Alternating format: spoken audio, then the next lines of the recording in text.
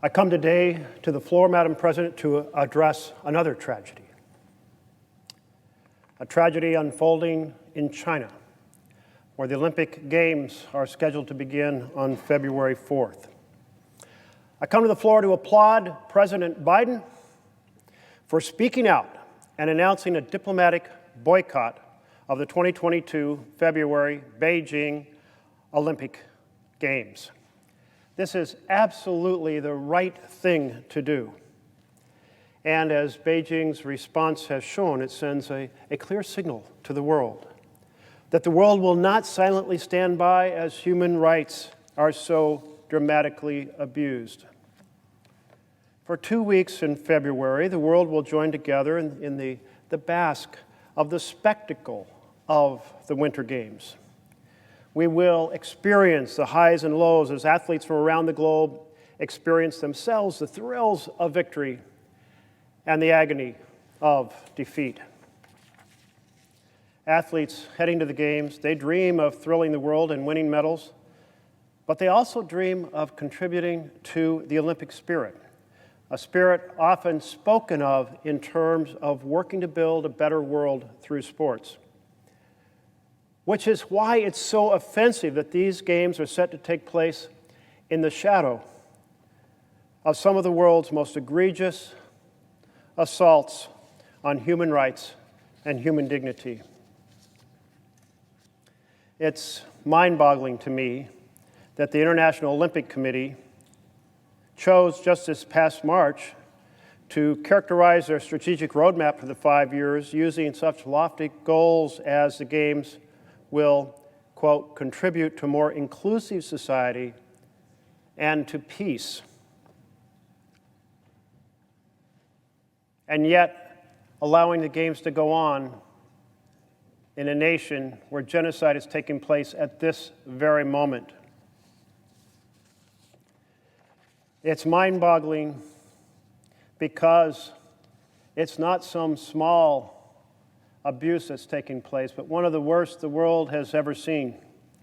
The Chinese government has been committing and is continuing to commit genocide against a religious minority, and they are stripping away the political rights of Hong Kong's citizens. And they're suppressing the free rights speeches of Chinese activists and advocates and journalists, and bullying China's critics at home and abroad.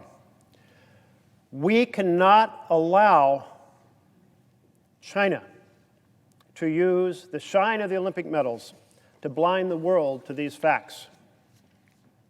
We've seen this before. And philosophers say that those who don't learn from history are doomed to repeat it. So let's return to 1936, the Olympic Stadium, Olympic flag flying proudly, not just in the stadium, but throughout the city of Berlin for the Summer Games, right next to Nazi swastikas. It still shocks me to think of the world watching and cheering on as the Olympic torch was lit in a stadium filled with men and women giving the Nazi salute as Adolf Hitler watched on. The Nazi regime had already started carrying out their racist genocidal policies. They had already persecuted Jewish Germans and LGBTQ men and women and labor activists and other minorities. They had already rounded up and jailed political opponents and other non-desirables, including some 800 Roma in and around Berlin, who just weeks before the start of the Games were locked away in a camp outside the city. But the world chose to look away from that unfolding horror. For 2 weeks during the Games, the Nazis took down their anti-Semitic signs. The propaganda ministry made newspapers ease up on hateful rhetoric. And the world praised the German government, legitimizing their regime. Such fawning declarations as when an article in the New York Times observed that the Games put Germany back in the fold of nations. The world allowed itself to be beguiled by the Nazi facade. Behind that facade stood a violent, racist regime. Behind that facade was a government that controlled what the people living within its power could do and what they could say. Behind that facade was a regime that had no belief in anyone's basic human rights, and that within 3 years was seeking to conquer the world while simultaneously murdering 6 million Jewish individuals and millions of other non-Jewish men, women, and children. What if, instead of being taken in by the spectacle of the games, what if, instead of allowing the Nazis to use those games for propaganda, the leaders of the world had stood up and pushed back? How much death and destruction might have been prevented? We will never know. But what we do know is that we have the opportunity right now to learn from that past mistake and to do better. Elie Wiesel once said, "There may be times when we are powerless to prevent injustice, but there must never be a time when we fail to protest." We cannot fail to protest the Chinese government's actions that stain the mission and purpose of the Olympic Games, because there is absolutely no question about the kinds of crimes and atrocities that are being committed by the Chinese government at this very moment. Atrocities like the enslavement and genocide against the Uyghur Muslim minority being carried out in the Xinjiang Uyghur Autonomous Region. That genocide has been documented, it has been recognized, and it has been publicly announced by 2 different presidential administrations. That genocide completely reflects the United Nations official definition of a crime committed with the intent to destroy a national, ethnic, racial, or religious group in whole or in part. At the direction of President Xi of China, at least 1 million Uyghurs are being detained and enslaved in camps in Xinjiang. They're forced to toil and work for the Chinese government, producing cotton and other goods while undergoing re-education programs, where they're forced to renounce their faith and pledge loyalty to the Chinese Communist Party. This is a process described in one official Chinese document as, quote, washing brains, cleansing hearts, strengthening righteousness, and eliminating evil. It certainly is one of the most dramatic forms of evil taking place at this moment. That is what the Chinese government is doing to the Uyghur people. The crimes against these individuals include torture, sleep deprivation, sexual abuse, rape, forced sterilizations, and abortions. One woman who fled the country after being released from a camp, who resides here now in the United States, recounted stories to reporters and human rights investigators of women being taken from their cells every night, brought to another room to be tortured and to be raped by 1 or more masked men. She and another woman who was forced to help facilitate these assaults have spoken about police officers paying good money to have their pick of the imprisoned women and girls. Those who are returned to their cells are threatened with even more pain and more torture if they say anything. And these crimes and this repression aren't contained just to the camps. Millions in Xinjiang are subjected to Orwellian surveillance and discrimination, restricted from traveling or going to school, from freely speaking or freely worshiping. Meanwhile, the Chinese government is systematically ripping children from their parents' arms, forcing them to live in state-run facilities where they are being indoctrinated to renounce their faith, ethnicity, and culture, to view their parents as China's enemies, and to praise the Communist Party. All of that has been going on for years, at least since 2017. And all of it will still be going on as the International Olympic Committee and athletes from around the world gather in Beijing on February 4th for the opening ceremonies. And if the world is silent, if there are no protests or consequences, all that will serve simply to embolden the Chinese government and their genocidal efforts. Beijing's egregious actions don't stop with crimes against the Uyghur people. We see those crimes in Hong Kong, where the Chinese government is stripping the rights of Hong Kongers one day after another. Back in 1998, China promised to adhere to the one country, two systems model. They signed a contract with Great Britain to do so. They guaranteed freedom and rights to the citizens of Hong Kong. But we have watched in 2019 and 2020 as the Chinese government has systematically dismantled those political rights of those in Hong Kong, working to silence any form of dissent, to silence any voice of opinion that might disagree with that of the Chinese government. Demonstrators beaten with batons and tear gas and pepper sprayed and shot for asserting basic human rights, rights they were guaranteed when Hong Kong was reclaimed by China. It fills me with dismay and rage at what the citizens of Hong Kong have lost under this oppression. This time last year, the Hong Kong people were still protesting and fighting for their freedom. Hundreds of thousands gathered, watching as messages of support for their cause came in from around the world and played out on giant screens. There was a feeling of hope. But that hope lies shattered in the streets of Hong Kong today. Today, China has used the heavy hand of the national security law to ensure that only patriots loyal to Beijing can hold positions of power. They have crushed the hope, they have destroyed the freedom, they have destroyed the political rights of the 7.5 million citizens of Hong Kong. Rarely in the history of the world have so many people been together celebrating their elections, celebrating their free speech, and seen it crushed in such order, short order. It's in this context that China is hosting the February Winter Olympic Games of 2022.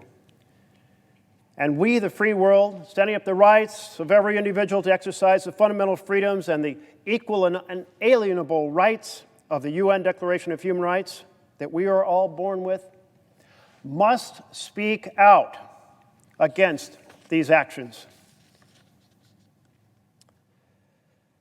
None of what China is doing is a major surprise because it has unfolded in such a systematic way now for so many years. China engaged in a campaign of controlling its citizens and silencing dissent, including silencing dissent within its borders. Human rights organizations have long and well documented the abuses. This picture is of Chang Weiping, a Chinese lawyer who the government says was detained for allegedly inciting subversion of state power because he participated in a project, in a protest. After he was released on bail, Chang released a video statement describing the physical and psychological torture that he experienced while being detained. So the authorities arrested him again and charged him with subverting state power. He is now one of those heroes who has stood up for the freedom of all the people of Hong Kong. And he is being held by the Chinese government for standing up and speaking out for what's right. It's not only lawyers and advocates who are detained when they speak out against the government of China. It's also three-time Chinese Olympic tennis star who disappeared from the public eye after accusing a party official of sexual assault. Where is tennis star Peng Shuai?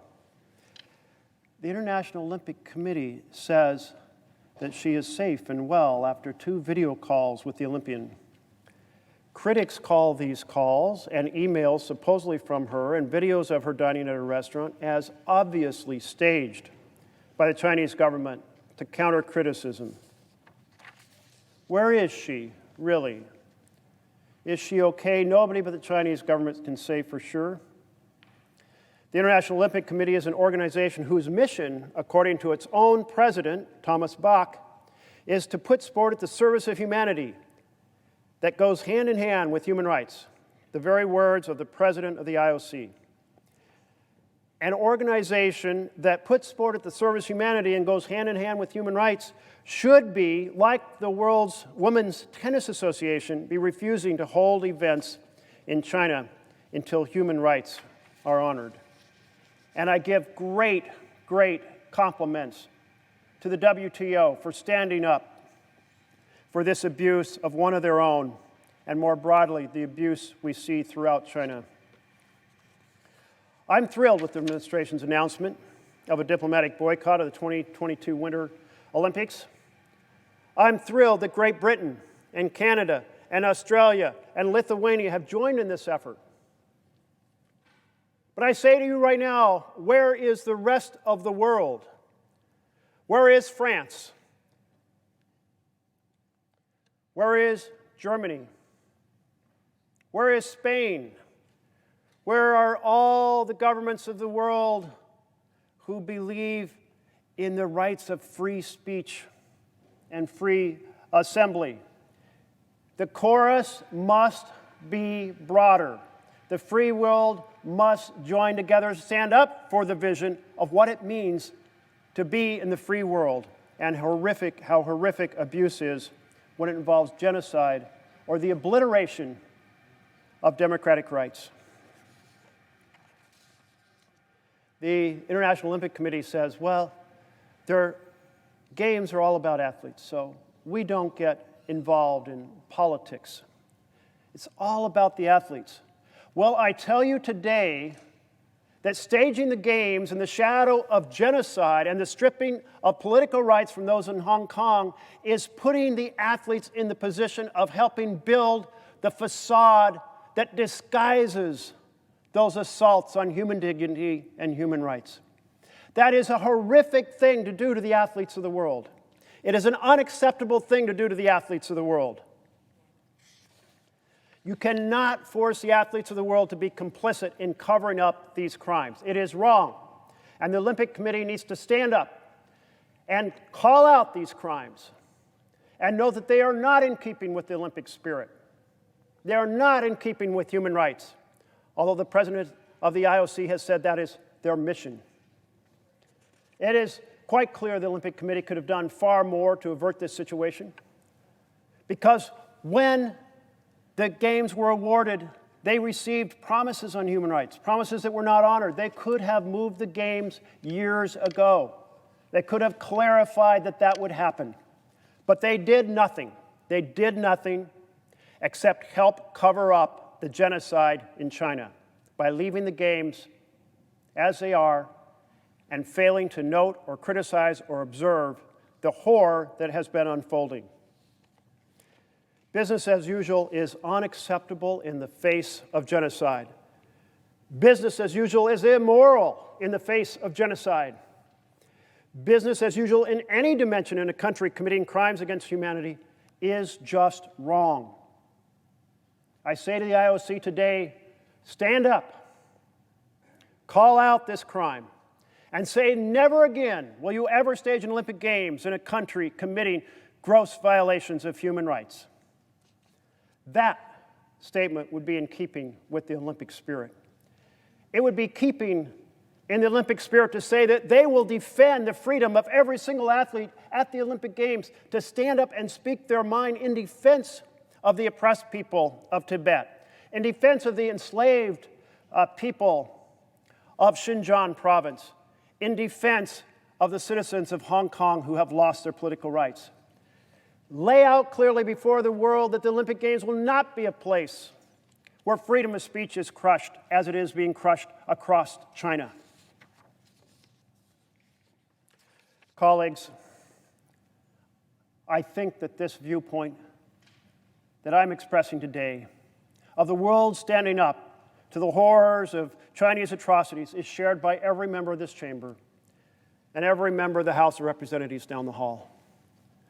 Not a one of us would rise to defend these horrific acts, which is why every one of us should stand together today to condemn Chinese genocide and Chinese destruction of political liberties and make sure that these games are not ones where the world leaders are silenced. That these games are not one where the sponsors look the other way. That these games are not ones where the athletes are not free to express how tragic they consider it to be that these terrible things are happening and need to end. Let us not repeat the mistakes of 1936 and look the other way. Thank you, Madam Speaker.